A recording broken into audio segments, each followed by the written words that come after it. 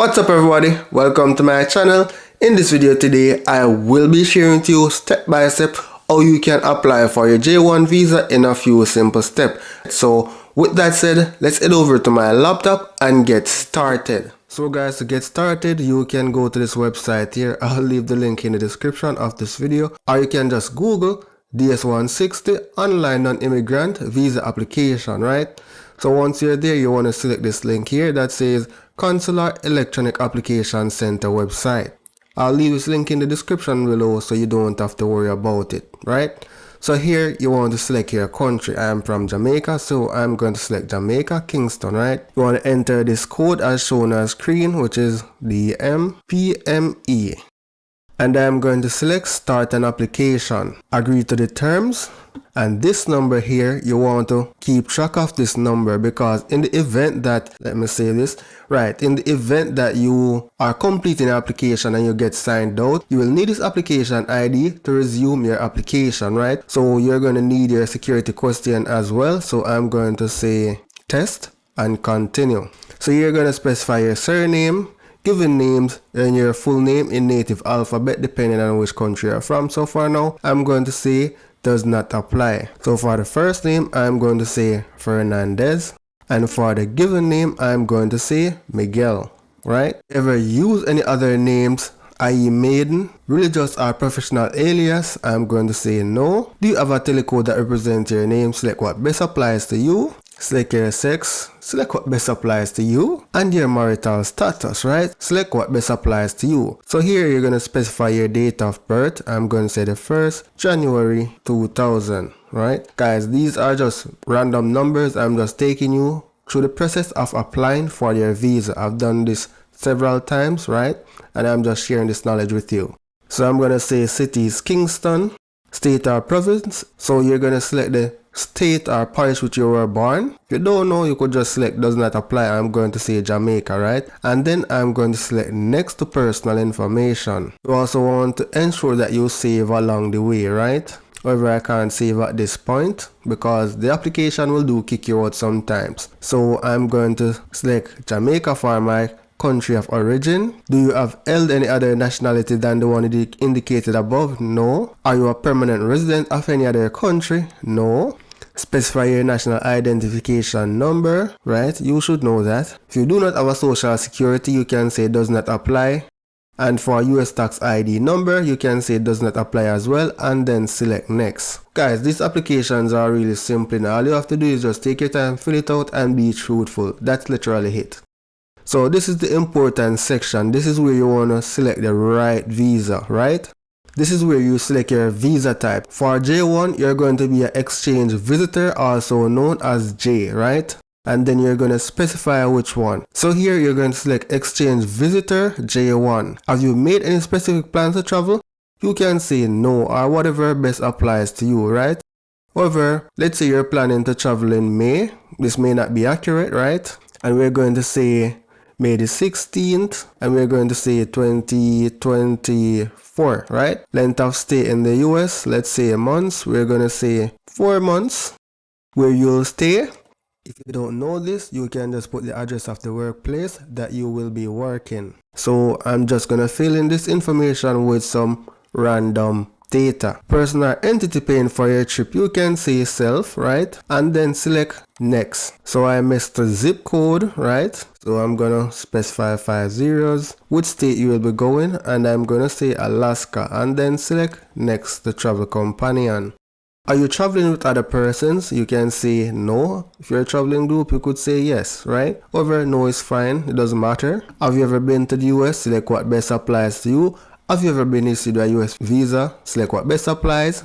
Have you ever been refused US visa? Select which best applies to you, right? Have you ever filed an immigrant petition on your behalf with the United States Citizenship and Immigration Services?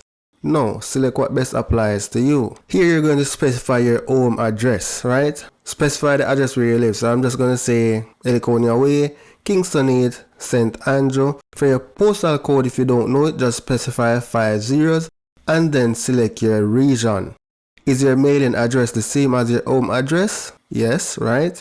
Here you're going to specify your phone number, and for secondary and work I'm going to say does not apply. If you want to provide this information, that's fine. Have you ever used any other phone numbers in the last 5 years? Select what best applies to you. Now let's scroll down. So you're going to specify your email address as well. Have you used any other email address in the last 5 years? I'm going to say no. Do you have any social media presence? Select which best applies to you. I'm going to say Facebook, and I'm going to say Garcia, right? You can select the add other or remove, right? Do you wish to provide information about your presence on any other website or applications you have used within the last 5 years to create or share content or photos? Select what best applies to you. I'm going to say no. Then select next to go to your passport section. So here we are going to select your passport type. Most likely it's going to be regular. So I have a sample passport number here. Book number, I really don't remember the book number. It's not really important. So you can say it does not apply. However, you can always Google search whatever your book number is and then you fill it in here. Where was the passport travel document issued? Specify the city in which your passport was issued. Specify the state and select your region. In my case, it's Jamaica. Date it was issued, I'm going to say the 1st January 2020. For the expiry date, I'm just going to say the 1st January 2030, right? So ensure these information are accurate, guys. All of this is in your passport. Have you ever lost a passport or had one stolen? I'm going to select no and then select next. Now, point of contact. You may be traveling for the first time and don't know anybody in the United States.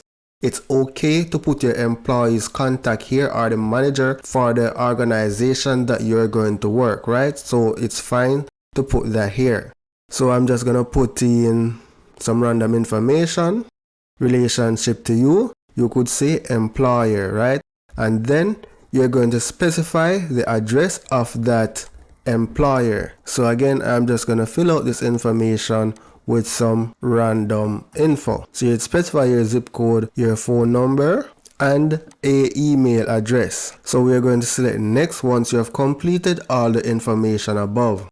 Also, I missed the city, so I need to specify a value for the city. So anytime you miss anything and you try to go to the next page, you will get a little arrow and it will be highlighted for you to fix that information. Now here you're going to need to provide your father's full name, date of birth, right? And your mother's full name and date of birth. If you do not know, it has the option to say do not know. So here I'm just going to say Hernandez. I'm going to say John. And for date of birth, I'm going to just specify a random date. Is your father in the US?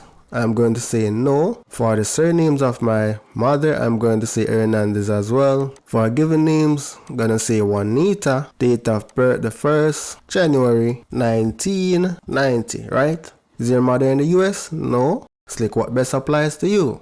Do you have any immediate relatives not including parents in the United States? I'm going to say no. And then select next. So I missed another question, this one here. So no, and then select next to education, work and training. Here you're going to select your primary occupation. So if you're a student, you just scroll down and select student from the drop down. Here you're going to specify your present school name. Let's say you're at UTech, you're going to say UTech. Specify the street address, specify the city. For the state, you could say Kingston, right? Not Kingston, it's St. Andrew, right? For the zip code, you could say 5 zeros or does not apply. And then you specify a phone number for them. Then you scroll down, specify your start date. When did you start? I'm going to say January 2020, right? Monthly income does not apply because you're a student, right? So here you could say studying a BSc in IT, right? Whatever it is you're doing, just put a brief description. Then I'm going to select next. Were you previously employed? Select what best applies to you. Have you attended any educational institution at a secondary level or above? I do recommend that you say yes and specify like your high school name, right? So I'm going to say AA here, address AA, specify your city, your state and your country, right? For the zip code, you could say 5 zeros as well as you could select does not apply. By now you should get the gist of what's taking place. Specify your date of attendance. 0. Guys, don't mind my dates because I'm just making them up. To say 01st January 2019. The reason why I can do this is because there's no validation being done, right? However, make sure you specify your information accurate as possible. Do not make any mistakes, right? So let's select next. So I missed course of study. So for a course of study, I'm just going to say C-Sec. I believe that's what it's called now. And then we're going to select next. Do you belong to a tribe or clan? I'm going to say no. Have you traveled to any other countries or regions within the last 5 years? No. Select what best applies to you again. Have you belonged to, contributed to, or worked for any professional, social, or charitable organization? Select what best applies to you. And it will be the same for these questions. Just select what best applies to you. I'm going to select next.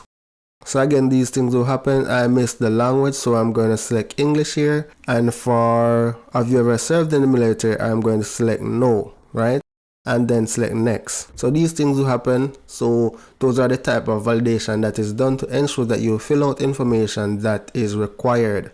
So these are some security questions. I encourage you to take the time and read through them. So for the security questions, for most part, the answer will be no, given that you are in no run-ins with the law or anything like that, right? So I'm going to select no and select next. No for these as well. However, take your time to read through them because you may never know. So I'm going to select no for all and then select next. So it's going to be a series of them. It stops at part 5, I believe, right? Yeah, it stops at part 5 and then we're going to go to next. Select next and select no. So I'm going to select next again. Additional point of contact.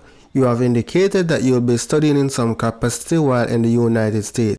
List at least 2 contacts in your country of residence who can verify the information that you have provided on this application. Do not list immediate family members or relatives. So here you can specify like a lecturer who know that you are studying in some capacity in Jamaica, or you can specify a friend, right? So or a JP who knows that you are studying. So you can specify their names here. So I'm just gonna fill out these with some random information so I can proceed to the next page. So again guys, make sure you specify correct information, okay? So I'm going to add some random name for the next one. So I'm not name but random information. Do not apply, do not apply, do not apply, do not apply. Let's select next to service.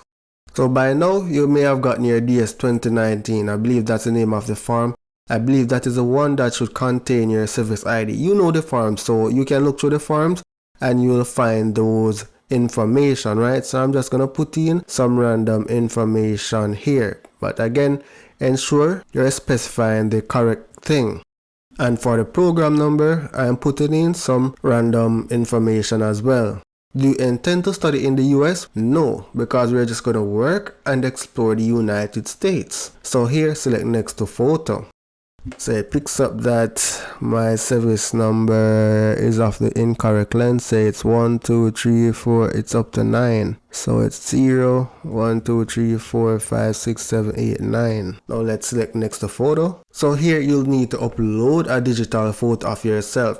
You can take a nice photo of yourself with your smartphone. You don't need to go and take a professional passport size photo. You can just use your smartphone and upload it here. So you can use various online tools to crop your picture to the correct format. So once you select upload, it is right here. Select next to upload. So it's saying image exceed maximum files. So I need to get a smaller picture. This one is too large. So let's try this guy. I think that one is large as well.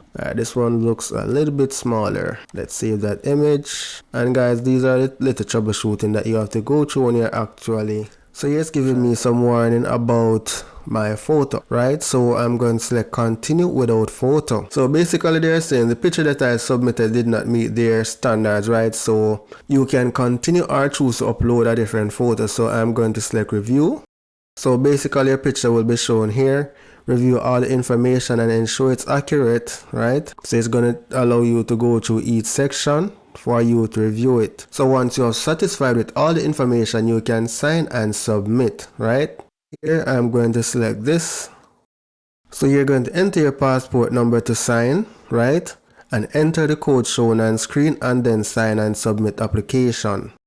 You have successfully signed and submitted your application. You cannot make any changes to your application at this point. Please click next to confirmation, right? So this is your confirmation page. You're going to need to take this to the interview as well as your passport and passport size photos. You can email this to yourself as well as you can select print confirmation, and then you can print it immediately if you do have a printer, or you select the drop down, right, and select save as PDF and save it on your laptop, right, because this sheet is very important. You're going to need this for your interview. Now the next step is to set your appointment. I've done a video on how you can schedule your appointment. It doesn't matter which country you're from, the process is the same, right? The only difference is that the embassy location that you need to schedule your appointment for will be different, so you can watch that video as well. So that's it for now, guys. Thank you for watching and good luck with your application.